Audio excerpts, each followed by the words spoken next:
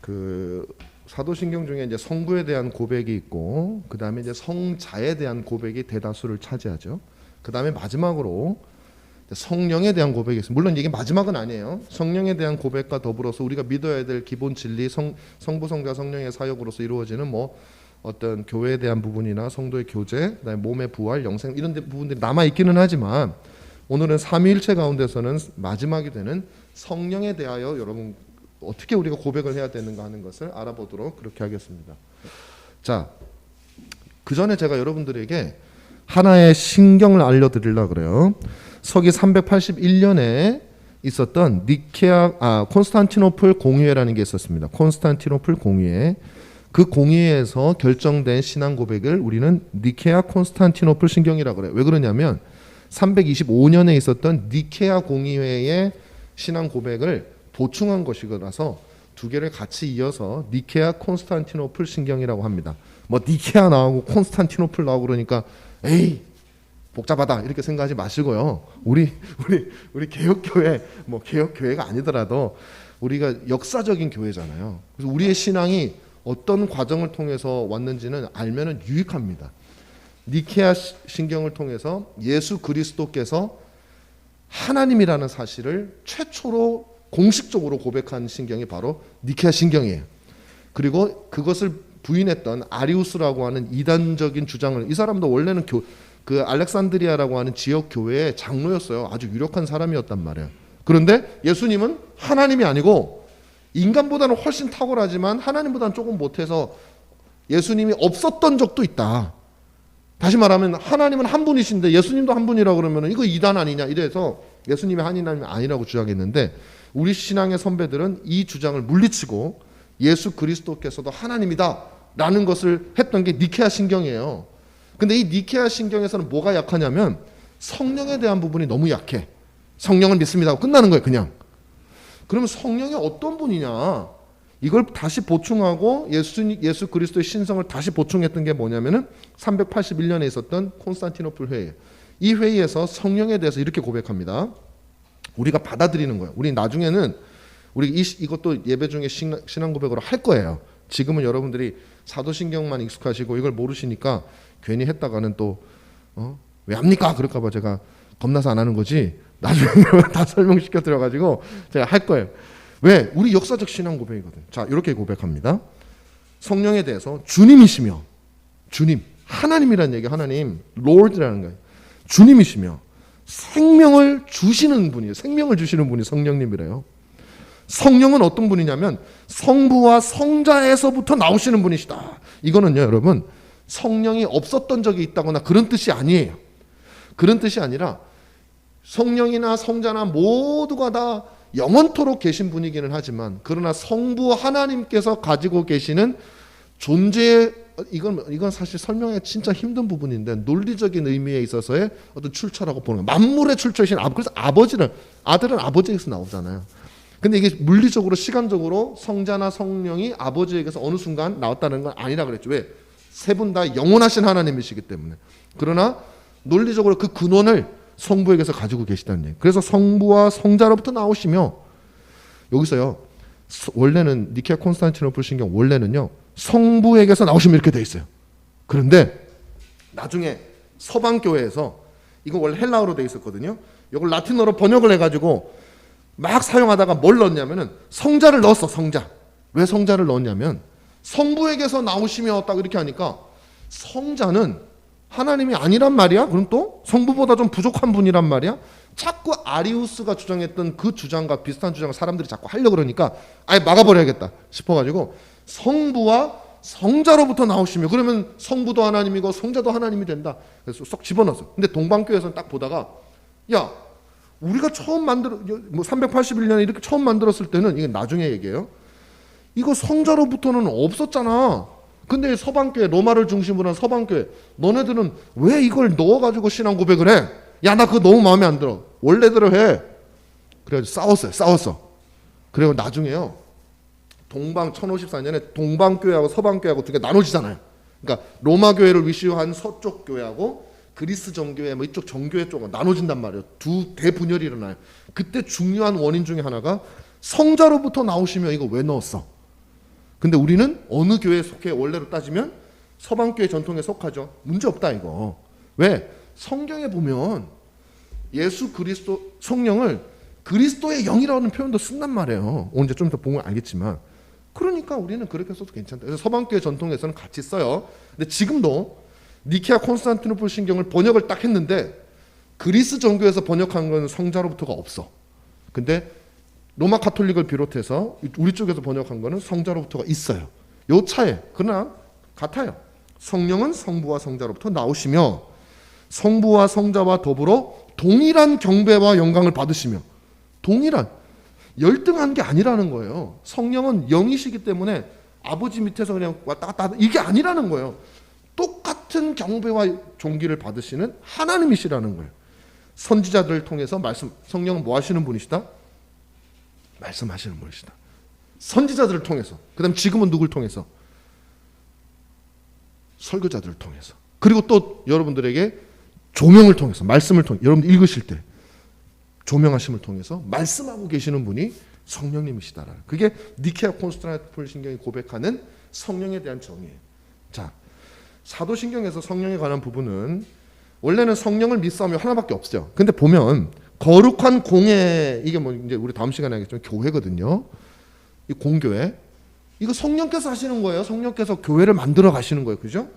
성도의 교통, 성도가 어떻게 교통을 해요? 성령께서 우리 가운데 역사하시니까 교통이 되는 거예요. 죄사함, 우리가 구원받는 모든 과정은 성령께서 역사하시는 과정이에요. 그 다음에 부활, 우리가 나중에 부활할 때도 성령께서 일으키시는 거예요. 그러니까 그 이후에 나오는 것 중에 상당히 많은 부분이 성령이 하시는 일을 위주로 해놨다. 그렇게 우리가 보시면 됩니다. 자, 그러면 성령은 누구신가? 삼위일체 가운데 한 분이시다. 이거 여러분 기억하셔야 돼요. 절대 성령은 무슨 뒤에 나오겠지만은 성령 받아라 막 그러면 막 성령 뭐 주고받고 막 안 받을란다 뭐 이런 게 아니에요. 당신이 받아라 뭐 왔다 갔다 던지고 그런 거 아니에요. 우리는 성령을 그렇게 생각한단 말이에요. 아니에요. 성령은 삼위일체 하나님 가운데 한 분이셔요. 그래서 로마서 8장 14절에는 표현을 하기를 성부의 영이다 이렇게 표현을 하셔요. 근데 또 갈라디아서 4장 6절, 베드로전서 1장 11절에는 성자의 영이다, 그리스도의 영이다. 야, 이거 누구의 영이에요? 성부 성자의 영이지 뭐. 그죠? 그리고 중요한 게 로마서 8장 26절에 말할 수 없는 탄식으로 우리를 위해서 기도하신다. 그거 누가 하는 거예요? 인격체가 하시. 인격체가. 제가 말씀드렸잖아요. 앞에서 성령은 어떤 파워, 어떤 능력, 막 그걸 막 많이 성령 충만 받으라니까 성령이 우리에게 막 10%밖에 안 차 있으니까 막 90%를 채우기 위해서 막 와 무슨 수를 써서라도 막 채우, 그런 게 아니. 성령은 무슨 물도 아니고요. 무슨 능력이고 힘이고 막 바람이고 막 그런 거 아니에요. 그건 전부 다 무생물이잖아요. 무생물. 인격체가 아니에요. 성령은 하나님이고 인격이에요. 인격. 그러니까 여러분들도 아마 기존 교회를 다니시다 보면은 요 개념이 나도 모르게 들어도 우리도 모르게 성령은 뭔가 내가 몸에다 이렇게 채워야 되고 뭔가 막 오고 막 무슨 파워고 막 이런 생각을 많이, 순복음 쪽에 있으면 그런 얘기를 진짜 많이 들어요. 근데 순복음의 영향을 많이 받아가지고 장로교가 뭐고 간에 지금 다 그렇게 많이 얘기를 해요. 그러니까 겉으로는 아니라고 말을 해요. 교리 가르칠 때는 아닌 것처럼 하다가 금요 철야만 되면 막 성령이 물건처럼 막 다뤄져요. 이게 여러분 이런 걸 정말 조심해야 되는 거예요. 여러분 성도로서요. 아니 하나님 말씀에서 A라고 얘기를 해놓고 평소에는 또 B라고 사용을 하면 성도로서 목사님 아니 A라고 말씀하셔놓고서 왜 또 물건이 아니고 인격체라고 말씀하시고 또 오늘 저녁에 또 왜 물건인 것처럼 말씀하십니까? 이거 뭐 내가 잘못된 겁니까? 목사님이 잘못된 겁니까? 막 싸우려고 하지는 마시고 잘 이렇게 물어보시고 하셔야 되는 거예요. 일치가 돼야 돼요. 굉장히 중요한 거예요. 자, 그럼 성령께서 하시는 일은 무엇이냐? 이게 중요해요. 보세요. 가짜 성령 받은 사람들을 구별하는 방법이에요. 요거는 뭐 내가 성령이 막 많아가지고 막 이런 뭐 이 점장이처럼 하시는 분들도 있어요. 보면은 주로 권사님들 제가 늘 말씀드리죠. 이상하게 뭐 미래를 예언하고 하시는 분은 용한 권사님들이시더라고. 남자들은 게 별로 잘 없어도 희한하게 왜 그런지는 모르겠어요. 다 근데 보세요. 자, 성령께서 하시는 일 첫 번째, 그리스도를 증거하는 거예요. 그리스도를 영화롭게 하는 거예요. 어떤 사람이 기도원에 가가지고 내가 성령 충만하게 받았습니다. 내가 40일 동안 금식을 해가지고 이제 막 네 마음도 보이고 막 난리가 났습니다. 그러는데도 불구하고 그 사람의 하는 행동이나 말이 그리스도를 영화롭게 하지 않는다. 그 성령 가짜예요. 그냥 그렇게 보시면 돼요. 아닌데요, 목사님, 그 사람이 막 병자도 병자를 고치든가 말든가. 성령은 병자를 고치는 영이 아니에요. 성령이 오신 목적은 뭐라고요? 그리스도를 증거하기 위한 거예요. 그리스도를 드러내기 위한 거예요. 그리스도는 죽이고 성령이 자기 스스로 드러나기 위해서 하지 않아요. 이 순복음교회가 이거 참 큰 실수를 하는 거예요. 그래서 왜 그러냐면 그 사람들이 공식적으로 이렇게 얘기하는 건 아닌데 보면은요, 매일 보면 성령님 얘기만 해. 성령님이 여러분과 함께 하시고, 성령님 어떤 분은 뭐 집에 들락날락 할 때마다 집에 혼자 있으면 외로우니까 항상 어머니가 계시면 어머니 다녀오겠습니다. 아버님 이렇게 하잖아요. 근데 어떤 분 조언을 주는 거예요. 순복음교회 분이 그렇게 하지 마시고 아무도 안 계시니까 성령님 다녀왔습니다. 성령님 다녀오겠습니다. 그렇게 하면 마음이 덜 허전하대. 뭘 인간적으로는 도움이 될 수 있겠지만 그게 위험한 게 있어요. 왜냐하면 성령님은요, 그분은 혼자서 똑하니 뭐 대장처럼 그게 아니에요. 아버지와 아들을 영화롭게 하시는 분인데 우리는 아버지 아들 까먹고 성령님, 왜? 당장 나한테 능력을 주시는 분이 성령님이니까 오로지 성령님. 그거 조심해야 됩니다. 성령님이 하시는 것은 그리스도를 증거하고 그리스도를 영화롭게 하는 거예요. 그래서 그리스도의 영인 거예요. 두 번째, 성령님은 우리를 위로하시죠. 보혜사. 그리스도께서 승천하시면서 또 다른 보혜사가 오실 것이다. 그럼 보혜사라는 말은 뭐냐면 우리를 위로하고 우리를 변호해 주는 사람. 그게 보혜사거든요. 성령은요, 우리를 위로하시는 분이세요. 여러분, 근데 위로할 때 뭐로 위로하시냐면은 무슨 이상한 능력으로 어떤 느낌, 쎄한 느낌으로 이런 게 아니에요, 여러분. 진짜 위로는 3번이에요. 진리를 통해서 위로하시는 거예요. 진리를 통해서. 그리고 그 진리의 궁극적인 곳에 누가 계시냐면 주 예수 그리스도께서 계시는 거예요. 그분이 우리를 위해서 당하신 고난. 이사야 53장에 그가 그가 우리의 질고를 지셨다 그래요. 우리의 질고를. 우리의 모든 고난을 그분이 당하셨고 그로 말미암아 우리에게 주어질 그 그리스도를 증거하는 것이죠. 진리를 증거하는 거예요. 그 다음에 신자들을 위로 돼 있고 보호, 변호하신 같은 말이고요. 그 다음에 신자의 구원 역사를 담는 게 굉장히 중요해요. 예수 그리스도께서 우리의 구원의 기초를 당신의 죽음으로 말미암아 이루어 놓으셨어요. 2000년 전에. 근데 2000년 전에 우리는 안 태어났어. 그럼 예수님은 지금 우리하고 같이 안 계셔요. 그럼 우리가 도대체 무슨 수로 구원을 받느냐? 바로 성령을 보내어 주셔서 모든 사람들에게 동시에 역사하실 수 있는 무소부지하신. 왜냐하면 육신을 입고 계신 그리스도는 모든 곳에 있을 수가 없어요. 그래서 그리스도께서 미국에 계시면 우리는 그리스도를 영향을 못 받는 거예요. 성령은 가능해.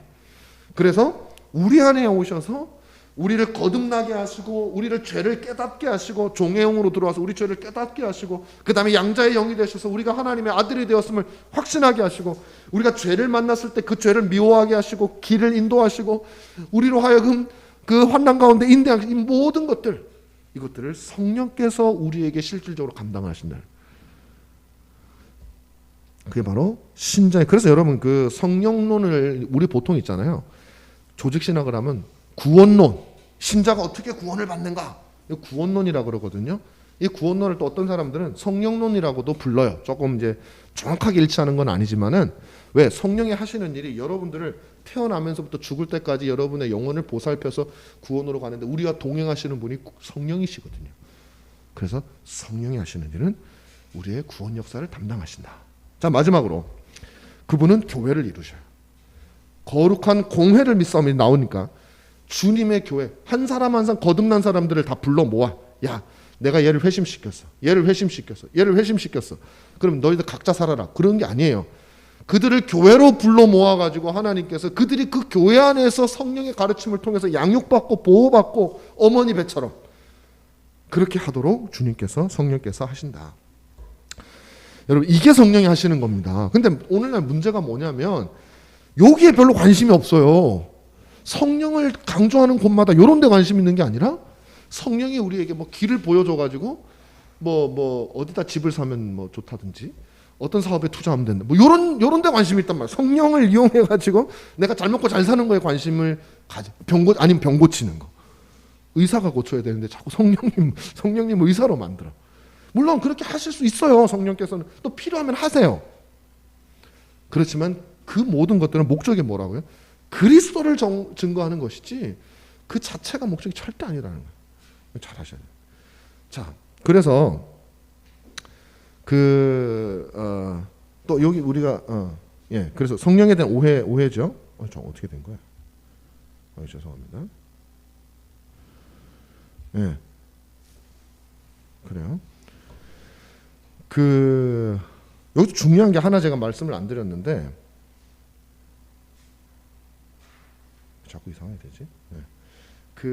성령께서 하시는 일과 더불어서 여러분 중요한 진리 중에 하나는 성령께서는요, 이거 잘 들으셔야 됩니다. 하나님의 진리의 말씀과 더불어서 역사하신다는 이 진리만큼은 꼭 기억하십시오. 이게 되게 중요해요. 성령은요 혼자 역사 안 한다 그랬죠. 성령은요 말씀 예수 그리스도께서 당신이 성령이 쓰신 거예요. 이거 성령이 쓰신 거예요. 그런데 당신이 쓰신 건 제껴놓고 야 말씀 그거 내가 썼지만 안 들어도 돼. 나는 그냥 내 마음대로 역사할래. 지금 문제가 되는 성령론은 바로 요거예요. 하나님의 이상하게 성령 받았다 은혜 받았다는 사람들이 희한하게 하나님의 말씀에 대한 관심이 점점 없어져. 은혜 받고 나면 어디 가서 능력을 받고 오면 성령의 능력이잖아요. 그 사람들 말에 의하면 능력을 받고 오면 주의 말씀을 더 연구하면서 그 말씀에 더 가까이 가는데 그런 거 제껴놓고 자기 생각만 해. 기도는 많이 해. 근데 말씀을 제껴놔. 말씀을 제껴놓고 진리를 제껴놓는 것은 성령의 역사가 아닙니다. 성령은 항상 말씀과 더불어 역사. 그 말씀을 우리에게 비춰주시고 조명해 주시고 그 말씀의 뜻을 알게 하여 주시고 그 말씀을 따라서 역사하시지 말씀과 분리돼서 역사하시지 않아요. 그래서 여러분들이 이런 것만 좀 아시면요, 좀 성령의 역사다 뭐다 하는 것들이 뭐가 잘못됐는지가 그냥 보여요. 이 교회의 역사의 바른 정통 그 신앙 사상에는 없는 것들이 너무 많아요 지금. 여러분들 이거 분명하게 아셔야 됩니다. 자, 그래서 제가 말씀드린 대로 신자의 구원 역사와 성령론이라고 부른다 그랬죠. 소명 때 성령이 하시는 역할, 중생, 회심, 믿음, 성화영, 이 모든 신자가 구원받는 모든 과정 속에서 성령이 다 관여하세요. 죄와 의와 심판에 대해서 지적도 하시고요. 하나님의 진리의 말씀을 기록하고 사역자들을 통해서 선포하시고 조명하시고 말씀드린 거예요. 꼭 이걸 기억하셔야 됩니다. 제가 여러분들에게 하나님 말씀을 배우는 거, 교리를 배우는 거, 그게 왜 중요하냐? 성령이 말씀과 더불어 역사하시기 때문에 그래요. 그래서 말씀에 없는 내용을 여러분들이 뭐 어디 가서 들었다거나 뭐 기도하는데 환상을 봤다거나 항상 말씀에 의해서 최종적인 검증을 받지 않으면요, 그거는 그냥 그런 경험이 있었다로 끝내십시오. 그것을 붙들어야 될 것이 아니에요. 아니 하나님이 역사하실 수도 있어요. 있는데 그거는 성령의 말씀에 의해서 그 뜻이 분명하게 드러나지 않으면 그냥 그런 경험을 한 걸로 끝나야지, 그걸 진리인 양 붙들면 문제가 된다는 거. 새로운 성경을 하나 더 쓰시는 거예요. 여러분들 한 줄 더 붙드시는 거예요. 그런 일을 있어서는 안 됩니다. 자, 성령에 대한 오해. 성령은 신비한 능력이나 힘이 아니라 그랬어요. 성령은 신자가 부리는 종이 아니겠어요. 여러분 어떤 목사님들이 뭐 진짜 제가 농담삼아처럼 얘기, 요새는 그런 분들 전 잘 모르겠어요. 예전에 붕괴 때 진짜 많았어요. 그죠? 성령 받아라, 뭐 성령 막 이러면서 막 소리 막 내면서 막 저도 많이 맨 앞에서 달라고 막 그러고 저도 많이 그렇게 했었어요. 막 들어 누워 있고, 저는 안 누워 있으면 제 동생도 막 들어 누워 있고 막 저는 그게 잘 안 돼. 이렇게 막 집회 열광적으로 하면 저는 막 들어 눕고 싶거든요. 막 그런 신비 체험을 되게 해보고 싶었어요. 근데 전 그게 잘 안 되더라고. 근데 제 동생이 어느 날 갔는데, 얘는 굉장히 이성적인 동생이에요. 제 동생은 굉장히 이성적이고 합리적이고 그런 친구예요. 근데 같이 할머니 따라 갔는데 한참 기도하거나 눈 떠보니까 얘가 내 옆에 있던 애가 저 개척교회 거기도 큰 교회 그 앞에 들어 누워 있는 거예요. 목사님. 내가 야 끝난 다음에 너 거가 왜 누워 있었냐? 자기도 모르겠대 왜 누워 있었는지. 그게 뭐예요? 왜 누워 있었는지. 근데 그거 가지고 우리는 막 무슨 체험을 했다 이렇게 생각. 막 성령은 우리가 부리는 종이 아니고 물건도 아니고 목사가 그 신성모독입니다. 막 성령을 막 받고 던지고, 어디 하나님도 그렇게 안 하는 걸 목사가 하고 있어요. 말도 안 되는 거예요. 성령은 단독으로 역사하지 않는다 그랬어요. 그래서 막 환상이다 중요한 게 아니라 말씀과 더불어 역사하십니다. 말씀으로 검증받아야 돼요. 성령은 사람을 영화롭게 하지 않습니다. 성령 팔아먹는 사람들 조심해야 됩니다. 오로지 성령이 어쩌고 저쩌고 하고 한참 듣고 나니까 하나님의 은혜가 영광이 되고, 그러고 나니까 나는 더 낮아지고 그리스도가 높아지고, 그러면 성령의 역사예요. 근데 그게 아니면 다 가짜예요. 성령은 말씀 없이 역사하지 않는다. 이거 여러분께 말씀드립니다. 그래서 환상을 봤다, 뭐 비전을 봤다, 뭐 이런 분들은 그걸 뭐 그 자체로 멀리할 건 없어요. 뭐 보여서 봤다는 거 어떻게 하겠어요. 그게 뭐 무슨 현상이든 간에. 근데 그거를 말씀에 대조하지 않고 확 붙드는 분들은 그렇지 않다고 알려주셔야 돼요. 그건 아니라는 거예요. 여러분 따르시면 안 돼요. 자, 성령 충만이라는 게 무엇이냐? 일시적이고 감정적인 막 우리가 성령 쌓아 나가는 게 아니에요. 성령 충만이라는 거는 막 그런 거 아니에요. 뭐 집회 가가지고 막 하면 그거 성령 충만 아니에요. 감정 충만이지. 그런 거 아닙니다. 진리의 말씀과 더불어 임하시는 성령, 우리 인격을 변화시켜 나가시는 성령의 역사예요. 성령의 충만은 믿음의 경주를 끝까지 하도록 하는 원동력이 되는 것입니다. 그래서 성령 충만은 일시적으로 내가 어떤 집회에 참석했다고 해서 진리 없이 성령 충만이 일어나지 않습니다. 만약에 여러분 갑자기 성령께서 임하시는 일이 있어요. 교회사에도 있어요. 그때 특징이 뭔지 아세요? 우리는 그걸 부흥이라고 부르거나 개인적으로 볼 때는 어떤 분들에 따라서는 부정하는 분도 많이 있지만 뭐 소위 말하는 성령 세례라고 불러요. 그런데 지금 순복음교에서 말하는 성령 세례하고 좀 다른 종류의 성령 세례예요. 성령이 특별하게 우리 안에 역사하시는 거예요. 한 개인에게. 근데 그 특징이 있어요. 그들은 그 일이 있고 나면 더욱더 겸손해지고 진리에 관심을 가지게 돼요. 하나님 말씀에. 그냥 그 느낌으로만 끝나는 게 절대 아니에요. 성령 충만은 그런 게 아닙니다. 그럼 성령 충만이라는 게 뭐냐? 성령의 다스림을 받는 것이고요. 진리의 말씀을 듣고 읽고 배워야만 가능한 거예요. 진리가 없이는 성령 충만을 못 받아요. 뭐가 없는데 머리가 비었는데 어떻게 성령 충만을 받겠어요? 내 마음대로 행동하게 되지. 그건 성령 충만 아니에요. 진리의 말씀이 우리 안에 역사하기를 위해서 여러분 기도하셔야 돼요. 우리가 계속 기도하시고 정기적으로 기도하시고. 왜냐하면 우리 마음이요 일주일 동안 지내고 TV 보고 이렇게 하다 보면 세상적인 영향이, 세상적인 기쁨, 세상적인 즐거움, 이게 우리 속을 쫙 일주일 동안 한다고요. 그렇기 때문에 이것을 바꿔놓는 역사가 있지 않으면 도저히 기도할 때 여러분 다 경험하시잖아. 세상에서 막 하다가 저녁에 기도하려고 딱 앉으면 바로 기도에 푹 들어가나요? 안 되죠. 막 온갖 잡생각, 뭐 먹다 남은 뭐 생각, 막 온갖 기도 한번 들어가려고 그래도요 시간이 걸려요. 그런데 우리가 그렇게 기도하지 않고서 성령 충만을 받는다는 것은 안 돼요. 하나님이 진짜 바울처럼 강제로 특별하게 역사하지 않는 한 그건 일어날 수 없는 일이다. 자, 그래서 우리는 기도해야 돼. 예배의 의무를 성실하게 감당해야 된다. 여러분 이제 성실하게 감당하고 계시는 줄 알고 기쁩니다. 하나님께 예배를 준비해. 그러니까 일주일 동안 우리가 세상에 물들었던 것을 빼기 위해서는 언제부터 빼야 된다? 토요일부터 빼야 돼요. 토요일 저녁까지 실컷 놀다가 내일 주일이니까 교회 가야죠. 오면요 은혜 못 받습니다, 여러분. 그건 진짜 은혜 받기 힘들어요. 우리 마음의 준비가 안 됐단 말이에요. 그래서 우리 신앙의 선배들은 토요일을 준비했어요. 토요일. 유대인들도 안식일 준비일이 있잖아요. 준비하는 게 필요해요. 그게 적극적으로 말씀 듣기예요. 목사님만 적극적으로 설교하세요, 잘하세요 하지 마시고요. 여러분들도 적극적으로 듣는 걸 해야 돼. 듣는 거. 목사 혼자 못해요. 제가 좀 개떡 같아도 여러분들의 마음이 가난해가지고 오잖아요. 제 말이 막 하나님 말씀처럼 들려요. 저도 열심히 해야 되겠지만 같이 필요한 겁니다. 마찬가지. 그 다음에 성도와 참된 교제를 나누는 은혜가 있어야 된다. 저는 6번째 포인트를 둡니다. 경건한 가정을 이루기 위해 수고해. 왜? 우리 생활의 대부분은 가정이니까. 여러분들이 경건한 가정을 이루기. 우리 앞으로 우리 인간학교는 그걸 강조할 겁니다. 젊은 사람들이 더 오면 신혼부부하고 막 그러면 더 강조해가지고, 왜냐하면 어릴 때부터 해야 이게 되잖아. 결혼도 하자마자부터 해야 뭐가 되지. 한참 서로 그냥 알아서 살다가 한 20년 살았는데 갑자기 교회에서 목사님이 하란다고 됩니까? 여보 예배합시다. 이게 잘 안 된다고요. 안 하다가 하려 그러면 처음부터 해야 되는데, 어쨌든 그걸 하기 위해서 우리가 앞으로 노력을 할 겁니다. 자, 이렇게 해서 모든 걸 다 살펴봤어요. 그래서 오늘 우리가 성령에 대해서 우리가 간단하게 살펴봤는데, 앞으로 이제 좀 더 자세하게 우리가 다른 때 하겠지만은 여러분들이 성령 하나님에 대한 이해가 바로 좀 잘 세워주셨으면 참 좋겠습니다. 자, 제가 기도하고 마칠게요.